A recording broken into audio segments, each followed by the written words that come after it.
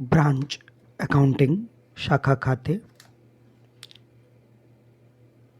प्रथम भाग में आपका स्वागत है। यह अध्याय आपके बीकॉम प्रथम वर्ष के फाइनेंशियल अकाउंटिंग यूनिट 3 में सम्मिलित किया गया है।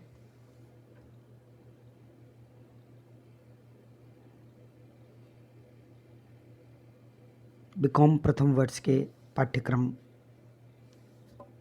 की 5 इकाइयाँ आपके सामने हैं और तीसरी इकाई के जिस भाग का अध्ययन हम प्रारंभ करने जा रहे हैं वह लाल रंग से दर्शाया गया है।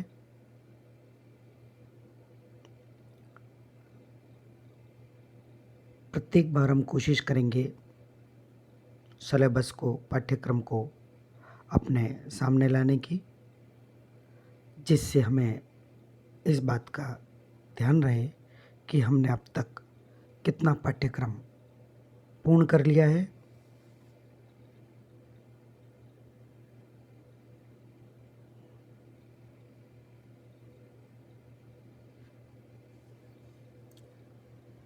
ब्रांच अकाउंटिंग यानी शाखा खातों को सबसे पहले प्रारंभ करेंगे परिचय से।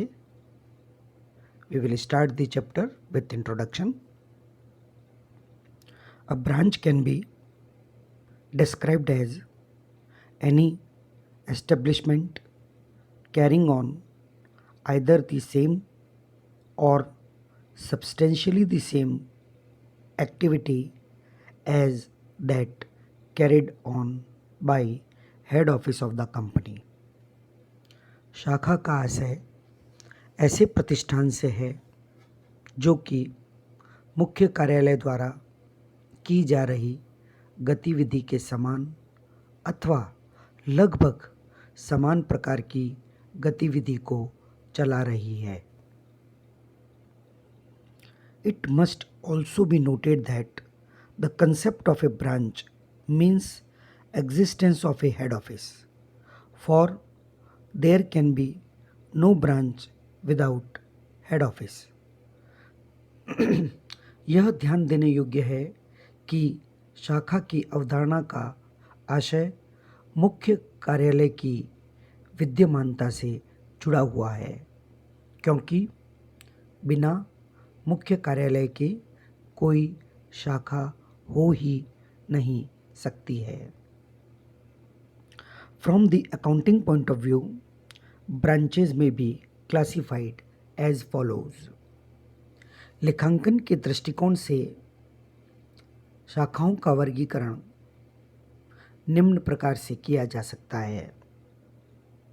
Number 1, on the basis of place, स्थान के आधार पर। ए, इनलैंड ब्रांचेस, स्थानीय शाखाएं। These are also known as home branches, इनको घरेलू शाखाएं भी कहा जाता है। ये शाखाएं उसी देश में स्थापित होती हैं जिस देश में मुख्य कार्यालय स्थापित होता है। उदाहरण के लिए, यदि मुख्यालय दिल्ली में स्थित है और उसकी एक शाखा मुंबई में स्थित है, तो यह शाखा इनलैंड ब्रांच या होम ब्रांच कहलाएगी। बी, फॉरेन ब्रांच, विदेशी शाखा।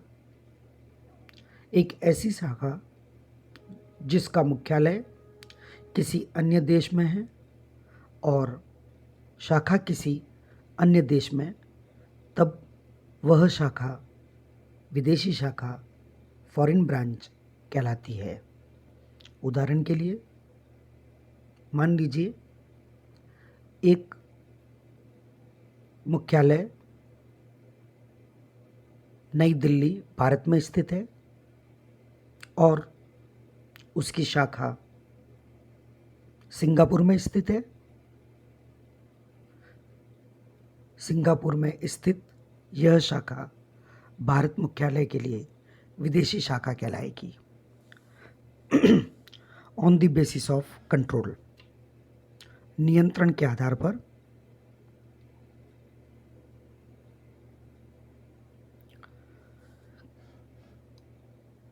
ए dependent branches for which whole accounting records are kept at head office, आश्रित शाखाएं जिनके संबंध में संपूर्ण लेखांकन रिकॉर्ड्स मुख्य कार्यालय पर रखे जाते हैं।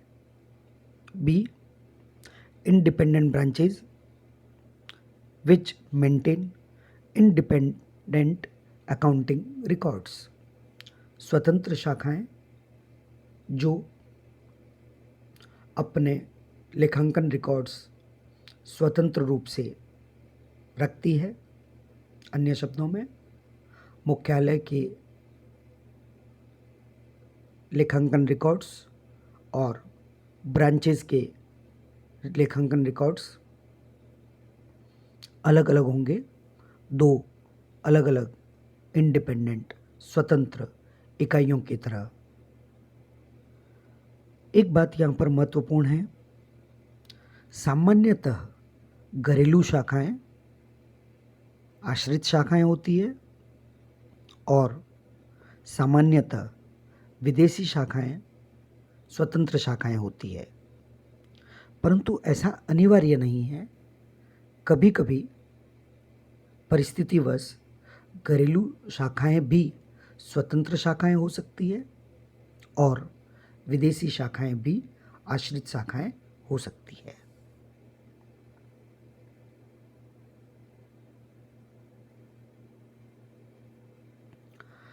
Distinction between branch accounts and departmental account, शाखा खातों एवं विभागीय खातों के मध्य अंतर।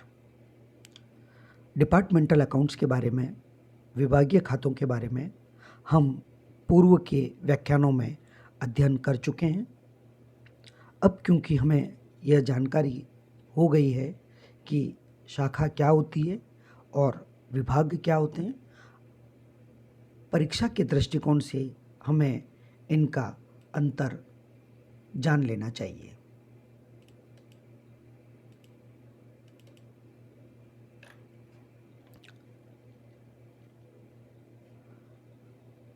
प्राय अंतर एक सारिणी के रूप में सीखना उचित रहता है। यहाँ पर भी आपके सामने स्क्रीन पर एक सारणी जिसके 3 कॉलम हैं। बेसिस ऑफ डिस्टिंक्शन, अंतर का आधार, ब्रांच अकाउंट शाखा खाते, डिपार्टमेंटल अकाउंट्स विभागीय खाते। आइए basis of accounting, basis of distinction अंतर के आधार से प्रारंभ करते हैं। नंबर 1, मेंटेनेंस ऑफ अकाउंट्स, खातों का अनुरक्षण। Branch accounts may be maintained either at branch or at head office, शाखा खाते मुख्यालय पर या शाखा दोनों में से किसी भी स्थान पर रखे जा सकते हैं, मेंटेन किए जा सकते हैं। Departmental accounts are maintained at one place only, विभागीय खाते सदैव एक ही स्थान पर मेंटेन किए जाते हैं। Number 2, allocation of common expenses,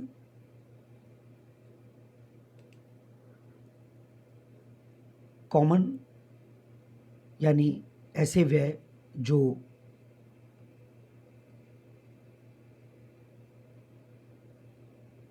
एक साथ किए गए हों।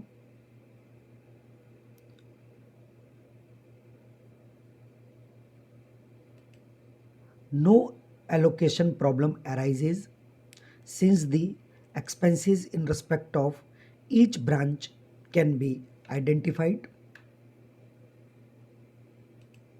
आवंटन संबंधी कोई समस्या शाखा खातों में नहीं होती है, क्योंकि प्रत्येक शाखा संबंधी व्यय सुनिश्चित किए जा सकते हैं। हर शाखा का अपना स्वयं का अलग व्यय होता है। Common expenses are distributed among the departments concerned on some equitable basis considered suitable in case. संबंधित विभागों के मध्य कॉमन व्ययों का वितरण कुछ न्यायोचित आधारों पर उपयुक्तता के अनुरूप किया जाता है। Number 3, reconciliation. Reconciliation of head office and branch accounts is necessary in case of branches maintaining independent accounting records at the end of the accounting year. समाधान विवरण: ऐसी शाखाएं जो स्वतंत्र लेखांकन रिकॉर्ड्स का अनुरक्षण करती है, उनके लाभों और मुख्य कार्यालय के लाभों के मध्य वर्ष के अंत में समाधान आवश्यक होता है। यदि मुख्यालय की पुस्तकों में शाखा खाते का जो शेष है और शाखा की पुस्तकों में मुख्यालय के खाते का जो शेष है, यदि उन दोनों में कोई अंतर हो तो समाधान विवरण बनाना अनिवार्य हो जाता है। No such problem arise in case of departmental accounting. विभागीय खातों के संबंध में ऐसी कोई समस्या नहीं आती है, क्योंकि विभागीय खाते केवल एक ही स्थान पर अनुरक्षित किए जाते हैं। अलग अलग विभागों का कोई स्वतंत्र स्थान नहीं होता है।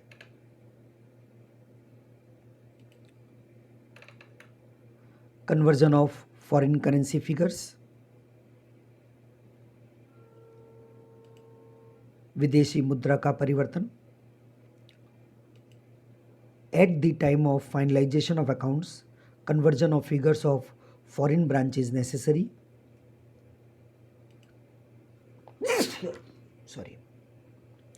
लेखांकन के अंतिम चरण में विदेशी शाखाओं संबंधी समंकों का परिवर्तन आवश्यक होता है। No such problem arise in departmental accounts. विभागीय खातों में इस प्रकार की कोई समस्या नहीं आती है।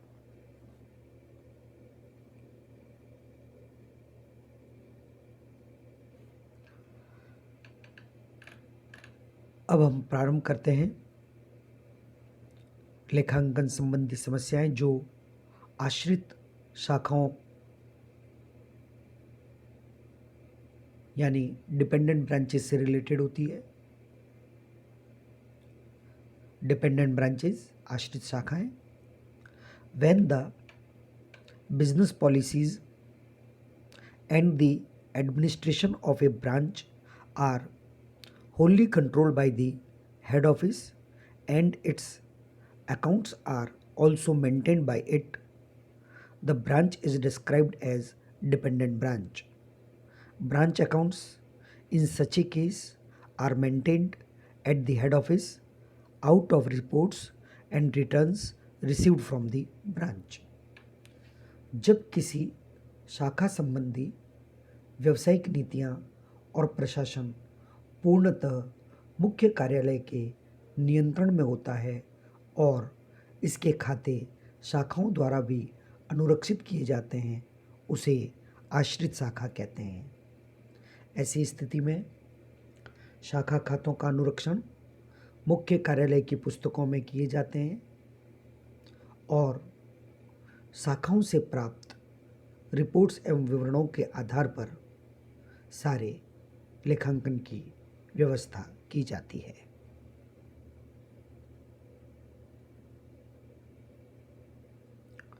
Some of the significant type of branches that are opened in this manner are described below. इस रीति में परिचालित शाखाओं के कुछ महत्वपूर्ण प्रारूपों को नीचे वर्णित किया गया है. Number 1, a branch setup merely for booking orders that are executed by the head office. Such a branch only transmits orders to the head office.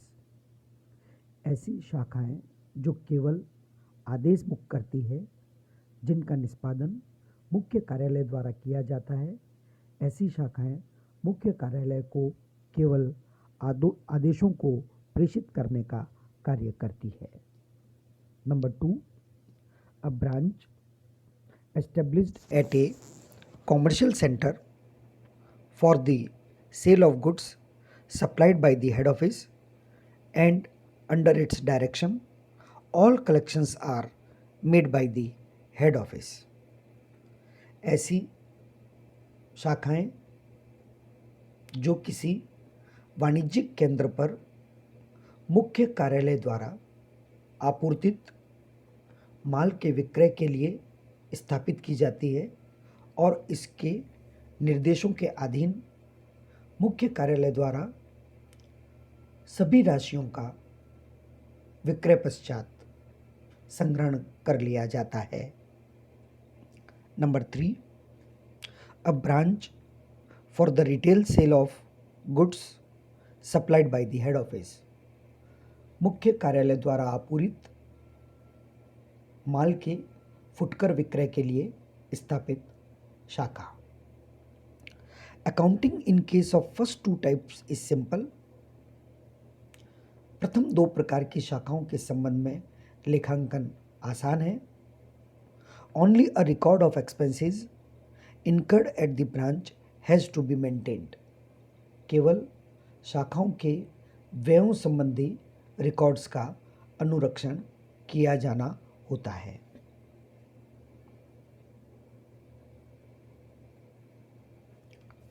But however, a retail branch is essentially a sale agency that principally sells goods supplied by the head office for cash and if so authorized also on credit to approved customers. परंतु एक फुटकर शाखा अवश्य ही एक विक्रय agency है जो मुख्यतः कार्यालय द्वारा आपूरित माल का विक्रय करती है जो नगद अथवा उधार भी हो सकता है.